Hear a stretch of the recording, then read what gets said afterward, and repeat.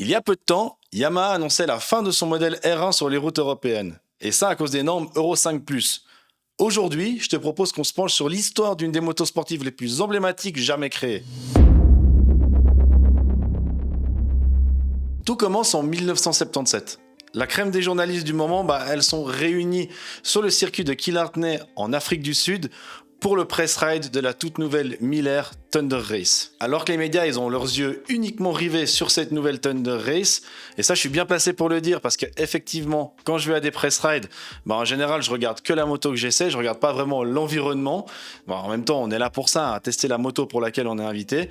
Et à ce moment-là, dans un petit box, juste à côté, sur le même circuit, à quelques mètres, un groupe des plus grands ingénieurs de Yamaha, ils ont profité d'être sur place pour pouvoir rencontrer les responsables européens et faire ce qu'ils appellent une réunion improvisée. Laisse-moi donc te présenter Kunihiko Miwa, qui vient d'être promu responsable de ce nouveau projet pour les hypersports chez Yamaha, et Mario Inumaru, qui lui est le grand responsable de la production et responsable du marché européen, qui veut aussi développer ce marché de l'hypersport chez Yamaha. Malheureusement pour ces deux bonhommes, actuellement dans les années 90, le marché de la moto de sport il est un peu en chute libre dans le monde entier. Sauf en Europe. En Europe, ça reste quand même encore un bon marché. Et du coup, les responsables de Yamaha Europe à Amsterdam, ils sont super contents d'avoir trouvé un groupe d'ingénieurs japonais qui adhèrent à leurs idées. Si seulement les journalistes qui étaient en train d'essayer actuellement la Thunder Race, ils savaient que eux, ils étaient en train d'essayer la nouvelle sportive du moment, mais que Yamaha, en ce moment, ils étaient vraiment en train de développer le futur. Donc à ce moment-là, pendant cette séance, Monsieur Miwa, il avait déjà amené des éléments. Il avait déjà commencé à dessiner, à imaginer ce 4 cylindres qu'il voulait greffer dans un châssis pour en faire la moto la plus légère et la plus compacte possible. Mais lorsqu'il a présenté ce brouillon au reste des responsables, il y en a un d'eux qui s'est permis de lui chipper des mains le brouillon et il a écrit en grand dessus, vraiment en immense, au stylo, pas de compromis. Mais en plus d'avoir noté ça, cette personne, elle a noté 3 caractéristiques sur ce bout de papier qui ont clairement donné la direction dans laquelle il voulait aller pour cet R1. 150 chevaux, moins de 180 kg et la maniabilité proche d'une 600 cm3. Et à peine un an après cette réunion informelle, Yamaha donne un grand coup de pied dans la fourmilière et présente sa toute nouvelle YZF R1 avec un moteur de 998 cm3, 150 chevaux, 177 kg à sec, une véritable révolution.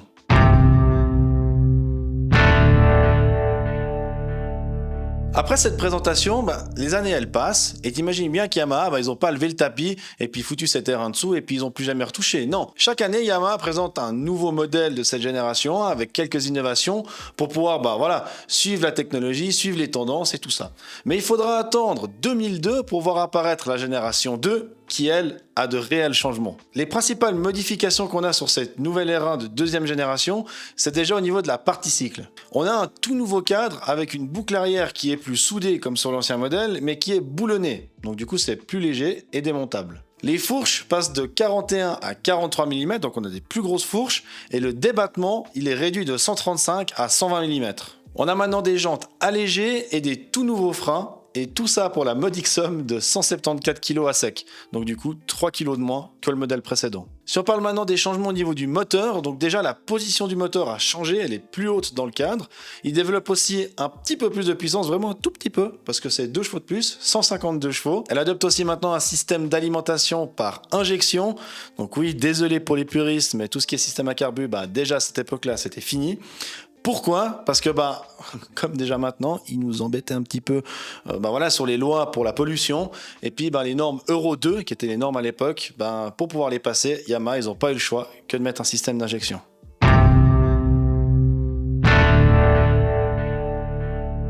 En 2004, Yamaha frappe de nouveau très fort dans le monde des sportifs parce que c'est la toute première fois qu'on retrouve une moto de série avec un rapport poids-puissance de 1 pour 1. 172 kg pour 172 chevaux, voilà la promesse de Yamaha pour sa nouvelle R1 et en plus de ça, ils ont installé un système d'air forcé, donc c'est des prises d'air qu'on a à l'avant qui permettent de faire rentrer de l'air quand on roule, donc de l'air avec de la vitesse dans le moteur et ça permet d'augmenter la puissance à 180 chevaux.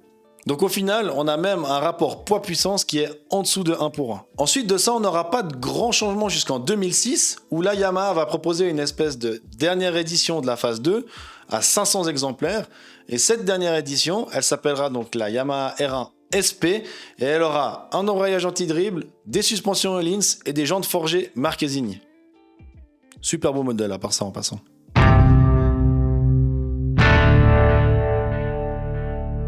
En 2007, donc 10 ans après les premières discussions sur ces terrains, l'objectif de Yamaha est toujours le même. Et pour atteindre cet objectif, Yamaha y met le paquet. Déjà au niveau de la partie cycle, parce qu'on a un tout nouveau cadre, un tout nouveau bras oscillant, des nouvelles suspensions et des nouveaux étriers de frein 6 pistons. Et en plus de ça, ils mettent maintenant le paquet sur l'électronique. Alors attention, oui je sais, les puristes et l'électronique c'est compliqué, mais je te rassure, le traction control, l'anti-wheeling et tout ça, c'est pas encore pour maintenant. Elle reçoit donc 2 systèmes qui viennent du MotoGP, et ça c'est vraiment cool parce que c'est vraiment maintenant à cette période-là où on commence à voir justement des innovations du MotoGP qui viennent petit à petit sur les motos de route. Et le premier système il s'appelle le YCCT, qui est donc une commande des gaz électronique. Alors je te rassure, c'est pas encore le ride by wire, c'est pas si vieux que ça, mais en gros c'est une commande des papillons électroniques qui fonctionne en fonction de certains paramètres. La deuxième technologie c'est le YCCI, qui est simplement une commande électronique qui permet d'allonger en fonction des régimes moteurs les pipes d'admission, donc à haut régime elles deviennent plus longues, et ça permet par exemple d'augmenter le couple moteur à haut régime. Et si quand en 2006 Yamaha avait sorti la R1 SP avec l'embrayage anti-dribble, t'étais un petit peu envieux, et maintenant sur ce nouveau modèle de 2007, l'embrayage anti-dribble il est d'origine.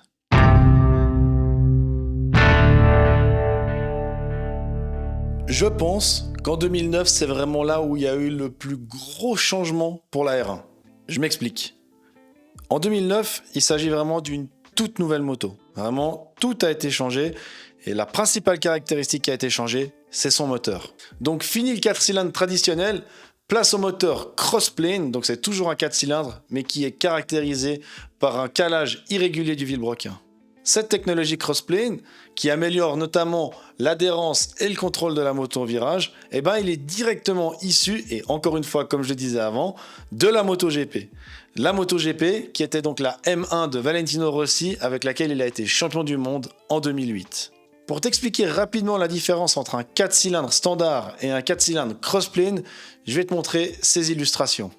Dans un 4 cylindres standard, les 4 explosions, elles sont réparties de manière régulière, c'est-à-dire tous les demi-tours, respectivement tous les 180 degrés. A contrario, sur un moteur crossplane, les manetons ils sont décalés de 90 degrés les uns par rapport aux autres. Ce meilleur équilibre mécanique, il permet de lisser le couple moteur lié à l'embiellage et donc de procurer une meilleure connexion entre la poignée de gaz et la réponse du moteur. Cette nouvelle technologie crossplane, elle marque aussi un immense changement au niveau du son de la R1. Parce qu'un 4 cylindres en ligne traditionnel, tout le monde connaît. Par contre, un 4 cylindres crossplane, tout le monde le reconnaît.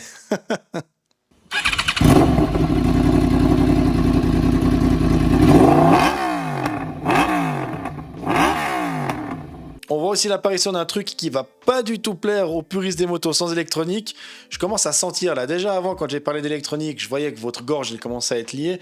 Là je sens vos poils qui s'irrissent là et puis vous commencez à voir aussi la mâchoire qui se durcit. Parce que oui, sur cette nouvelle R1, on voit l'apparition d'un système électronique qui permet de sélectionner des modes moteurs en fonction de sa conduite.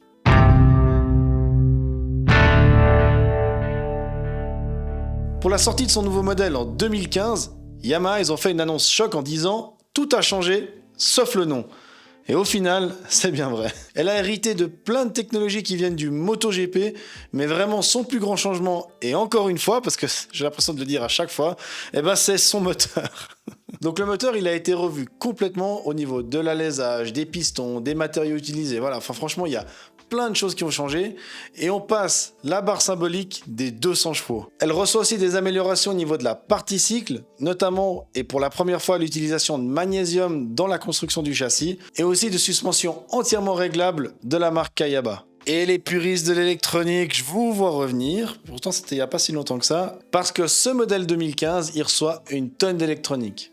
Premièrement, l'ABS. Donc l'ABS, tout le monde connaît, c'est un système électronique qui permet d'améliorer le freinage en fonction des conditions de la route.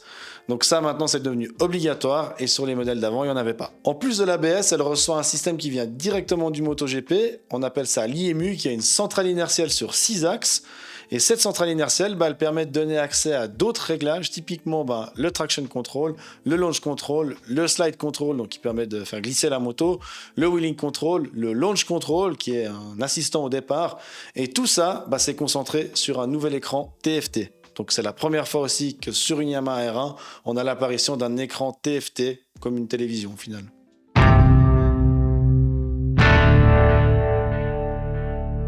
En 2020, on n'a pas eu d'énormes changements, on a un nouveau millésime avec un facelift, donc il n'y a pas d'énormes changements, on a des améliorations sur l'électronique, sur le moteur, tout ça, mais c'est des petites améliorations. Le gros changement, c'est vraiment au niveau de la face avant, où maintenant, elle ressemble vraiment à une M1 MotoGP.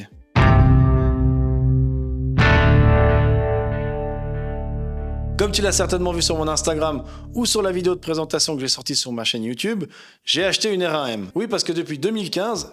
Et oui, tu vas me dire, il y a eu beaucoup de changements en 2015. Yamaha, il propose une série limitée chaque année qui s'appelle la R1M.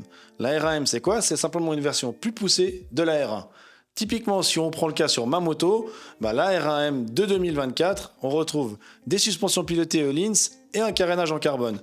Donc chaque année, il y a des différences un petit peu par rapport à la R1 et tout ça fait que c'est une édition spéciale.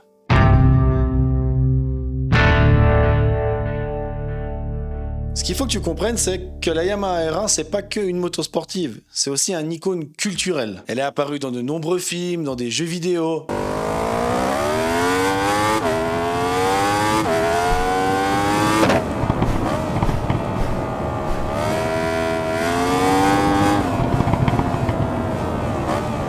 Et puis en compétition, elle incarne quand même la quintessence de la sportivité. Enfin, pas depuis quelques années là, La M1 c'est un peu complexe Yamaha. Mais à l'époque, Yamaha était vraiment en haut du tableau. Mais que ça soit sur route ou sur circuit, que ça soit le modèle de 2000 ou de 2024, la R1 elle continue toujours à marquer son territoire et elle continue aussi toujours à inspirer des motards de toutes les générations. Donc tout ce que cette R1 elle dégage, que ce soit par sa beauté, sa puissance, son palmarès, voilà, peu importe ce que tu veux, tout l'aura que cette R1 elle crée, ça en fait quand même une moto légendaire.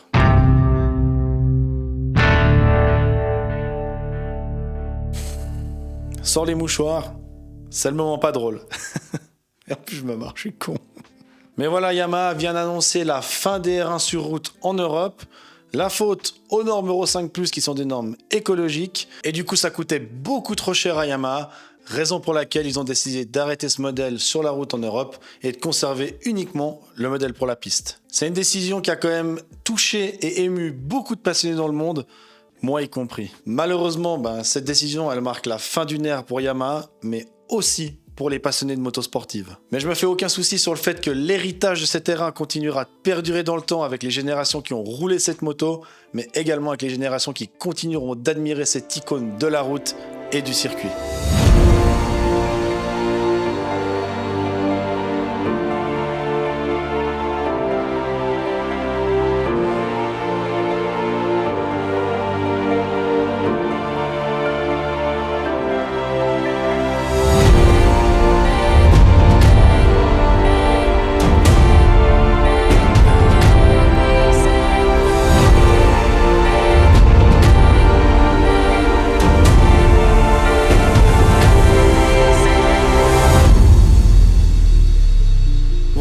C'était l'histoire de cette incroyable R1. J'espère qu'elle t'aura plu. En tout cas, comme d'habitude, si tu as des questions, n'hésite pas à les poser en commentaire. Si tu as des remarques aussi, parce que c'est les tout nouveaux formats que je fais, n'hésite pas à les dire en commentaire. Ça fait plaisir, ça permet de m'améliorer. Et si ça t'a plu, n'hésite pas à t'abonner et liker cette vidéo. On se retrouve tout bientôt pour une nouvelle vidéo. Ciao!